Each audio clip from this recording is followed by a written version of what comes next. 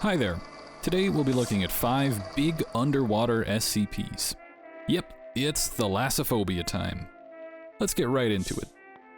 SCP-5320 is a long Leporidae or snailfish. And I mean really long, like really long.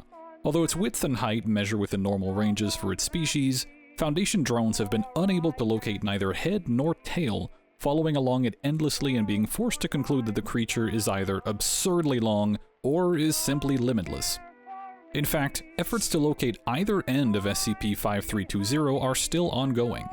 This anomaly was first discovered during a routine sweep of the ocean floor and was examined for approximately 50 hours by a drone, covering 38 kilometers of length before being declared an SCP.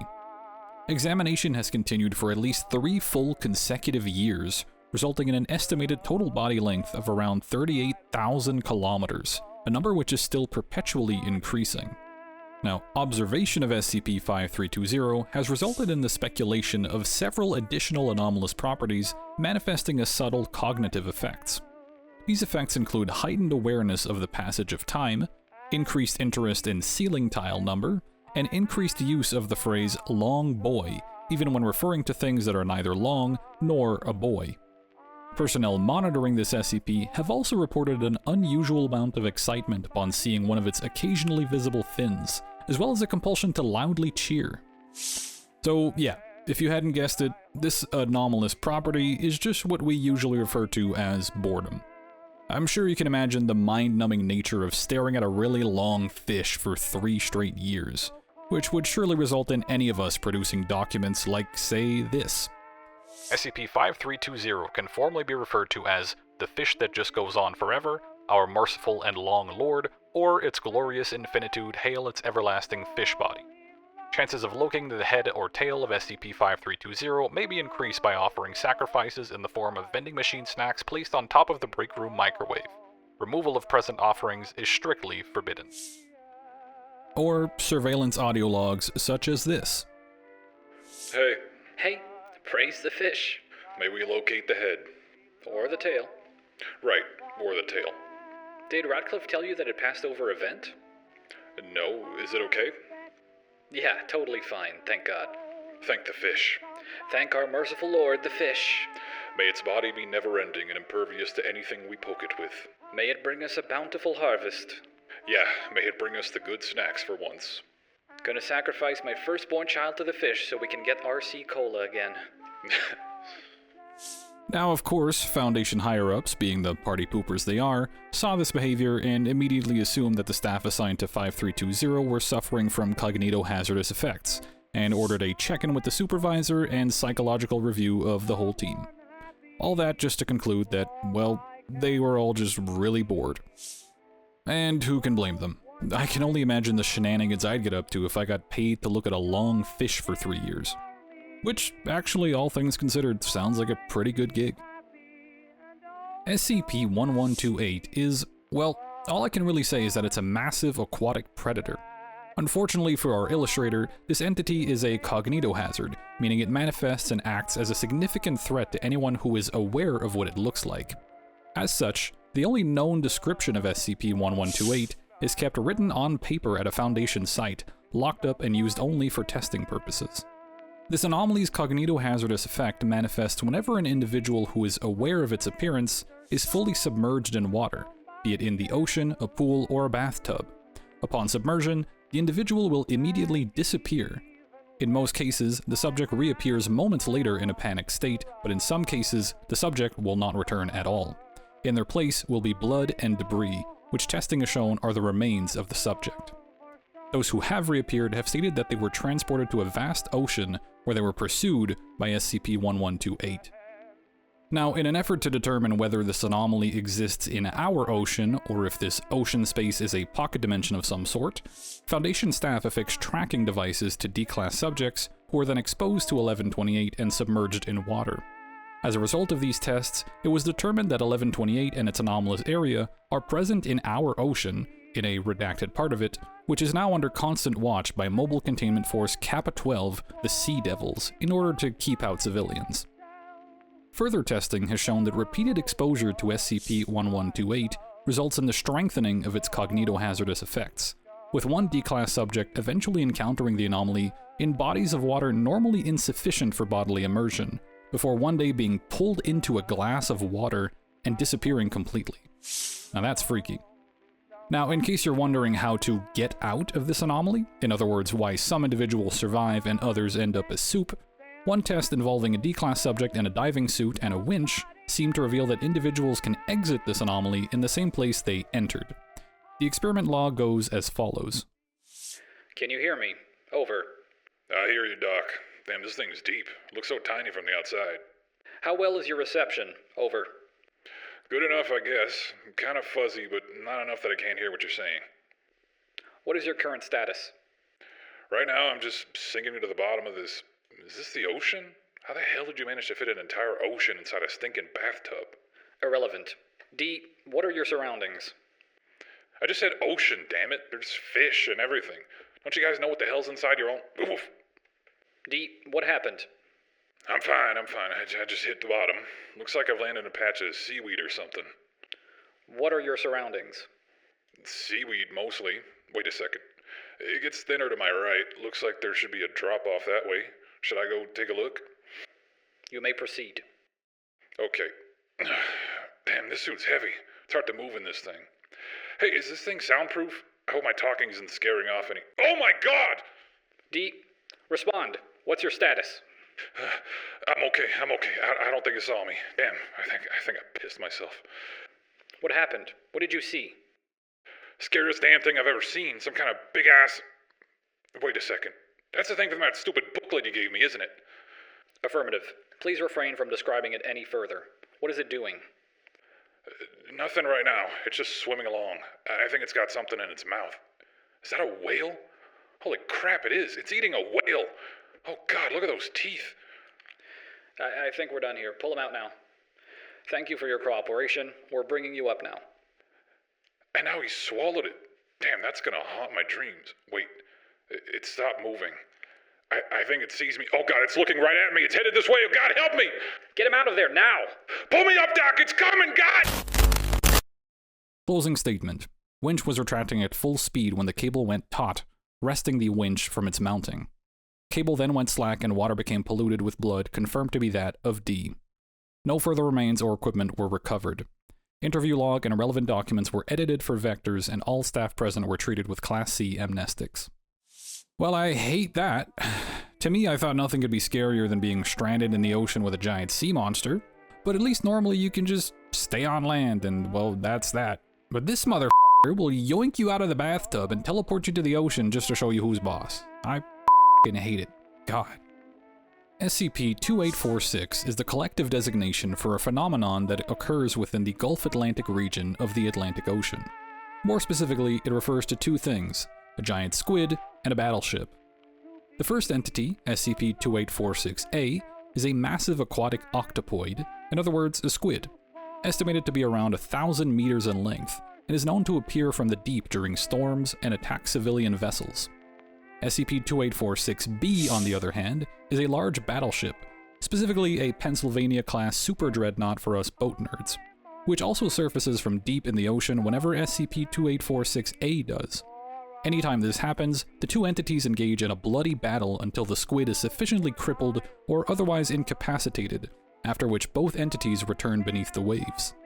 It's believed that SCP-2846-A, the squid, has existed for thousands of years, based on ancient tales and written documents, such as the following excerpt from the old Icelandic saga Orvar Odr, where the author describes a large sea creature referred to as the Hafgufa.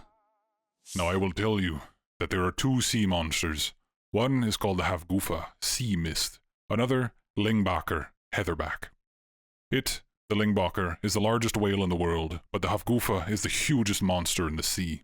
It is the nature of this creature to swallow men and ships, and even whales and everything else within reach.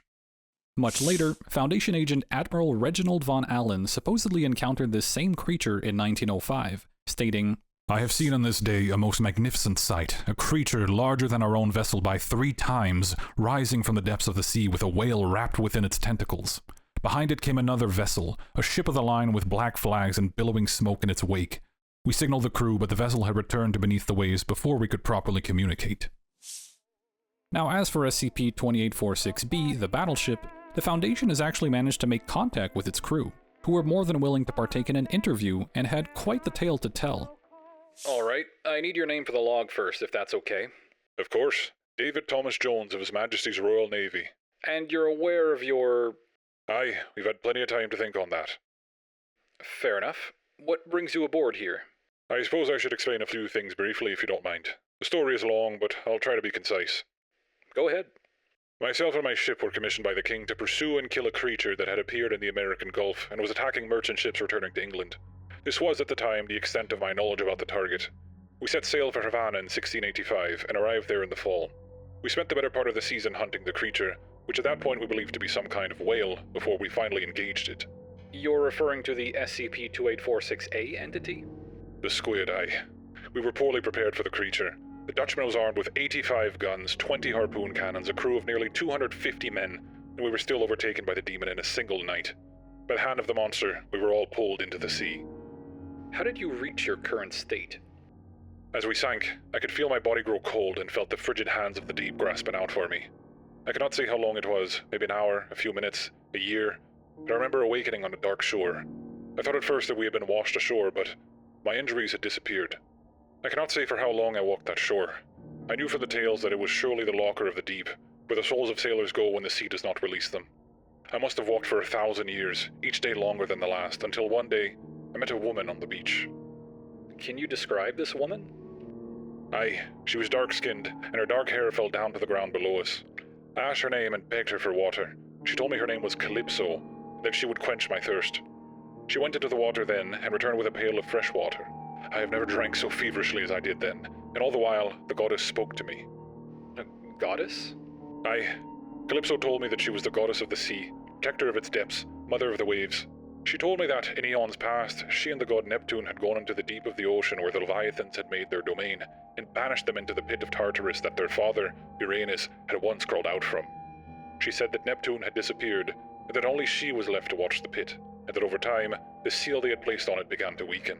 She said that one titan had escaped long ago. Iapetus was its name, and it had come forth in a great rage, taking the form of a most malevolent sea creature. This is the creature you call SCP-2846-A. I see. Go on.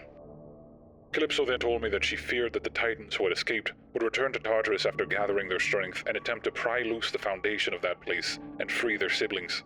This cannot happen, she said to me. That these old gods would be loosed, it would mean the end of mankind.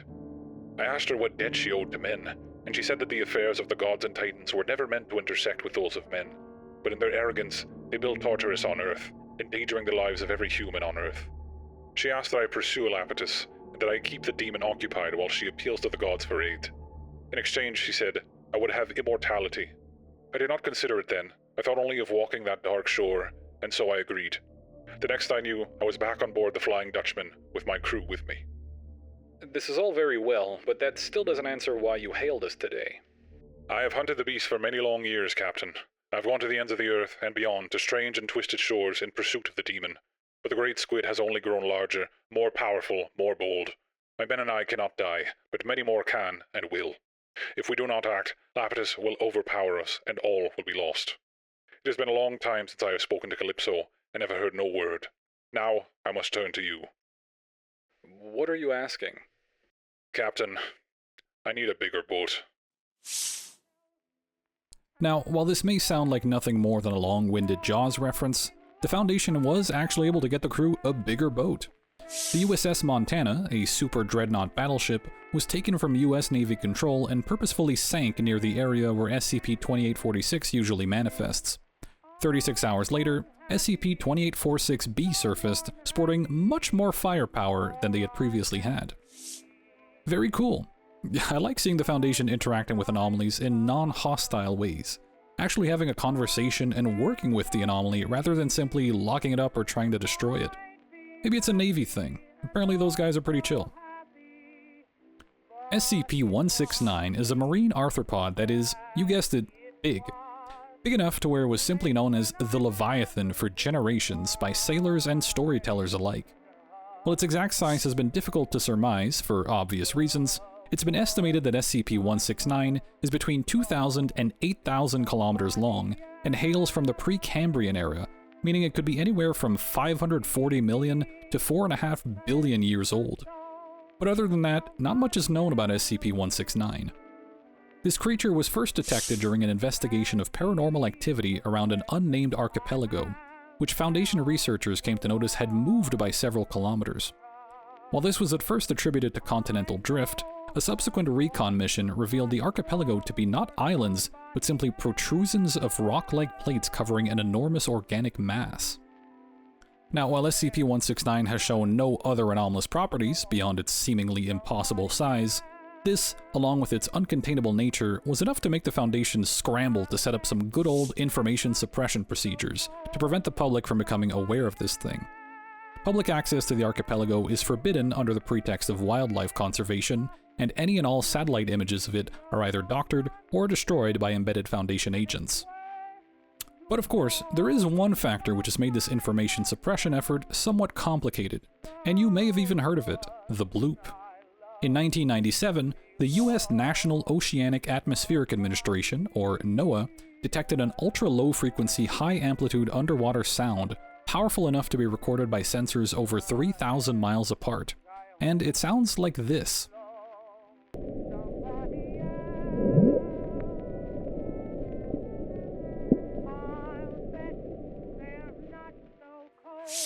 Public knowledge of this event caused widespread speculation about what it could be, with many theories stating that it had to be the result of some undiscovered gigantic underwater creature. And well, according to the Foundation, this is correct, and the source of this sound was, in fact, SCP-169. So, a giant underwater creature that somehow isn't completely horrifying. That's a nice change of pace. If anything, I feel like this one's kinda cute. SCP-3700 is a collective designation for an area with a diameter of 800 kilometers in the North Sea, along with two entities that appear in this region. This region has been shown to have a significantly deeper seafloor than surrounding areas, as well as varying anomalous phenomena depending on the outcome of SCP-3700 events, which are essentially just kaiju duels. The first entity, known as SCP-37001, is an arthropod 6 kilometers in length composed of multiple colors and etched with a facsimile of a woman's face along its topside. It also possesses several anomalous capabilities which it uses to subdue SCP-37002, such as club-like appendages which can produce a force in excess of several tons of dynamite, eyes capable of projecting concentrated blasts of gamma radiation, and the ability to dispel or disperse storms and other weather phenomena. This entity has been shown to be benign in nature, with rudimentary signs of sapience, and has generally been friendly to vessels in the area, even helping them get away from danger when necessary. It's usually observed patrolling around the North Sea in a spiral pattern, keeping an eye out for 37002. However, over time, it has suffered notable decreases in mass and fighting ability. SCP-37002 is quite different, being a sort of large eel-like creature with 13 appendages, resembling those of an octopus. This entity is a full 32 kilometers in length. Its anomalous capabilities include the ability to invoke rapid changes in meteorological conditions, such as manifesting storms in excess of Category 5 hurricanes, generating whirlpools, and even releasing high-energy sound waves and streams of blue fire from its esophagus. Now, as we mentioned earlier, whenever these entities come into contact with one another, they engage in a fierce, prolonged struggle, basically a kaiju duel, until one of them is killed or subdued, with a different geological and meteorological effect happening as a result of which entity wins, with a range of about 800 kilometers. When SCP-3701 wins, storms and harsh weather within the area are immediately dispelled, and reproductive rates of local flora and fauna increase significantly for a 6-month period. When SCP-3702 wins, meteorological conditions become perilous, with continuous storms and hurricanes rocking the region, as well as ocean food sources and crops being driven from the area or dying from exposure or disease. Furthermore, SCP-3702 does not demanifest, and instead actively patrols the zone, preying on nearby civilian vessels. Now, historically, the entities have essentially taken turns winning, with the loser of one battle always winning the next. However, the Foundation, not wanting to deal with 3702's hurricanes and attacks on civilian vessels, has implemented containment procedures which consist of using naval firepower to help 3701 win more consistently, resulting in 64 straight wins for our boy and good times for the North Sea. I'm a little mixed on this one. Sure, I'd rather have nice weather and good reproductive rates than an evil storm kraken, but these entities have been around for ages, maintaining a perfect equilibrium that for all we know may serve some greater ecological or spiritual purpose. And in comes the Foundation, disrupting this perfect balance with battleships and bombs. I can't say I'm surprised, but I don't know, something about it just feels off. And I'm afraid that's all the time we have for this week. My takeaway: humans belong on land. If you don't want to get eaten by a giant sea monster, stay out of their natural habitat. And let's just forget SCP-1128 exists at all. That thing. But hey, as always, remember to ask yourself, is ignorance safer than truth?